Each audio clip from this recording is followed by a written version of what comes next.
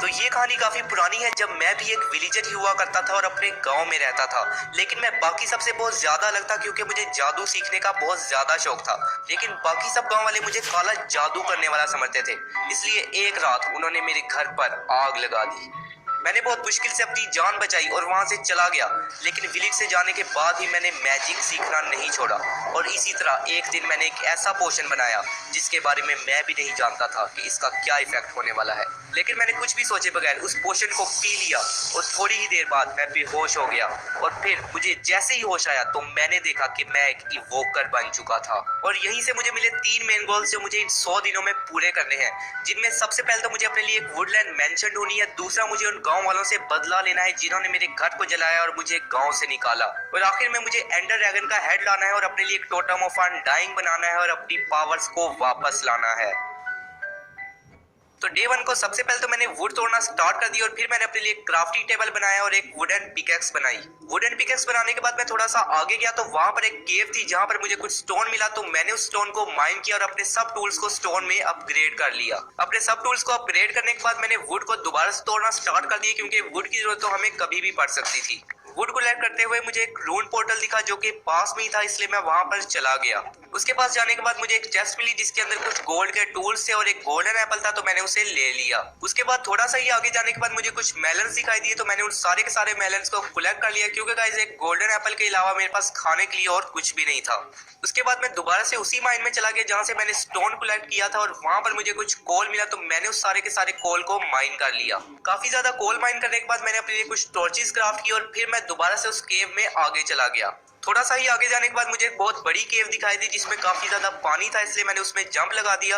और अब तो गाइस हमें केव से डरने की बिल्कुल भी जरूरत नहीं थी क्योंकि गाइस अब हम खुद एक मॉन्स्टर थे, इसलिए हमें कोई भी मॉन्स्टर तंग करने वाला नहीं था। उसके बाद मुझे दोबारा से काफी ज्यादा कोल मिला, तो मैंने उस सारे के सारे कोल को माइन कर लिया। उसके बाद थोड़ा सा ही आगे जाने के बाद मुझे कुछ कॉपर और दिखाई दिया जिसकी मुझे कुछ ज्यादा जरूरत तो नहीं थी, लेकिन मैंने फिर भी उसे माइन कर लिया। उसके बाद मुझे जहां पर भी आयरन मिल रहा था मैंने उसे तोड़ना स्टार्ट कर दिया क्योंकि गाइस अब मुझे अपने लिए आयरन का आर्मर बनाना था और अपने टूल्स को भी आयरन में अपग्रेड करना था। काफी देर तक आयरन को माइन करने के बाद अब मेरे पास काफी ज्यादा आयरन हो चुका था, इसलिए मैंने अपने लिए कुछ फर्नेस क्राफ्ट किए और फिर मेरे पास जितना भी आयरन था मैंने उसे स्मेल्ट होने के लिए रख दिया। सारे के सारे आयरन को स्मेल्ट करने के बाद मैंने अपने लिए आयरन का आर्मर बनाया और अपने लिए एक आयरन की पिकैक्स भी बना ली। उसके बाद मुझे केव से वापस जाने का रास्ता तो याद नहीं था, इसलिए मैं सीधा ही स्टोन लगाकर ऊपर आ गया। ऊपर आकर मैंने देखा कि रात हो रही थी, इसलिए मैं जल्दी से उस पोर्टल के पास गया जहां से मैंने चेस्ट को लूटा था और वहां पर जो गोल्ड का ब्लॉक था उसको मैंने अपनी आयरन की पिकैक्स से माइन कर लिया।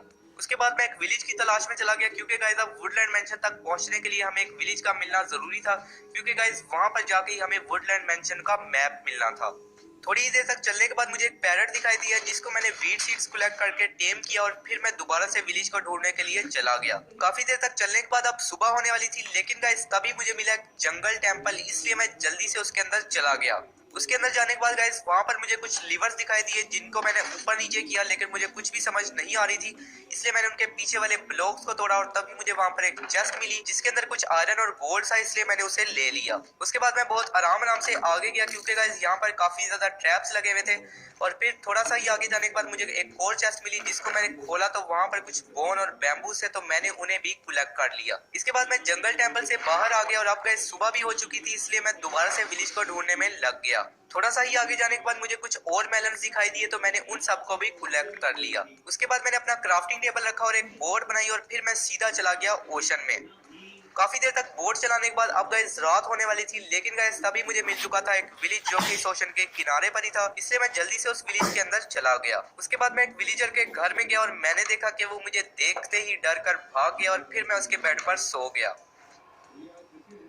नेक्स्ट डे होते ही मैंने ग्रेवल को तोड़ना स्टार्ट कर दिया ताकि गाइस मैं फ्लैचिंग टेबल बनाकर विलेजर से ट्रेड कर सकूं।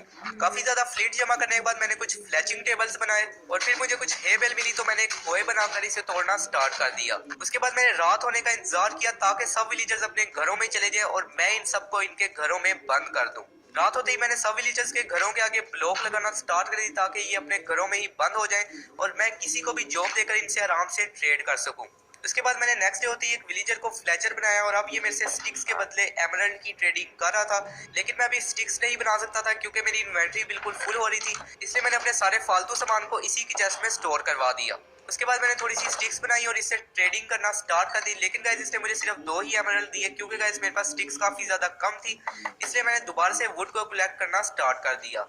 वुड कलेक्ट करते हुए मुझे एक वांडरिंग ट्रेडर दिखा, जिसके पास मैं गया, लेकिन ये मुझे कोई भी अच्छी ट्रेड नहीं दे रहा था, इसलिए मैंने इसे मार दिया। थोड़ी देर बाद मुझे एक कार्टोग्राफर दिखा, जिसके पास मैं गया और ये मेरे से पेपर्स के बदले ट्रेडिंग कर रहा था। लेकिन मैं इसे पेपर्स तो लाकर दे ही नहीं सकता था, क्योंकि पेपर्स को लाने में काफी ज्यादा टाइम लग सकता था, इसलिए मैंने दोबारा से वुड कलेक्ट करना स्टार्ट कर दी, ताकि मैं काफी ज्यादा एमराल्ड्स जमा करके इसका लेवल अपग्रेड कर सकूं। काफी देर तक वुड तोड़ने के बाद अब रात हो रही थी, इसलिए मैं विलेज में वापस आ गया और आकर सो गया। नेक्स्ट डे होते ही मैं उसी विलेजर के पास गया जिसको मैंने फ्लेचर बनाया था, और फिर मेरे पास जितनी भी वुड थी मैंने उससे स्टिक्स क्राफ्ट की और फिर मैंने उससे ट्रेडिंग करना स्टार्ट कर दी। काफी ज्यादा ट्रेडिंग करने के बाद अब गाइस ये मेरे साथ और ट्रेडिंग नहीं कर रहा था, इसलिए मैं एक और फ्लेचर के पास गया और उसके साथ मैं ट्रेडिंग करना स्टार्ट कर दी। लेकिन गाइस अब मेरे पास और ज्यादा स्टिक्स नहीं थी जिससे मैं इससे ट्रेड कर सकूं, इसलिए मैंने अपने लिए एक आयरन का एक्स बनाया और फिर मैंने दोबारा से वुड कलेक्ट करना स्टार्ट कर दी। काफी देर तक वुड कलेक्ट करने के बाद अब गाइस मेरा एक्स भी टूट चुका था और रात भी हो रही थी, इसलिए मैं वापस आ गया।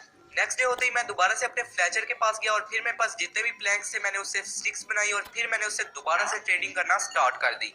काफी ज्यादा ट्रेडिंग करने के बाद अब ये फ्लेचर मेरे से और ट्रेडिंग नहीं कर रहा था, इसलिए मैं अपने दूसरे फ्लेचर के पास गया और उससे मैंने ट्रेडिंग करना स्टार्ट कर दी। काफी देर तक ट्रेडिंग करने के बाद अब मेरे पास काफी ज्यादा एमराल्ड्स हो चुके थे, इसलिए मैं अपने कार्टोग्राफर के पास गया और फिर मैंने उससे ट्रेडिंग करना स्टार्ट कर दी और देखते ही देखते मेरे एमराल्ड खत्म होते गए और उसका लेवल तो अपग्रेड हुआ ही नहीं।